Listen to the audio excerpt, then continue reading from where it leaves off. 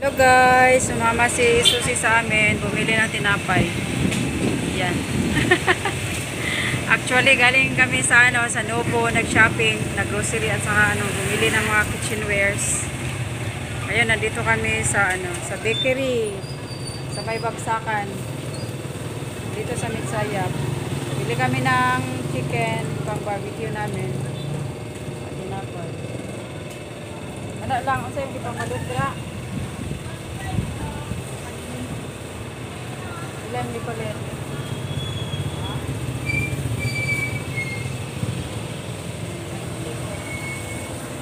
Dito kami lagi bumibili. Isa lang kasi dito sa sa palengke yung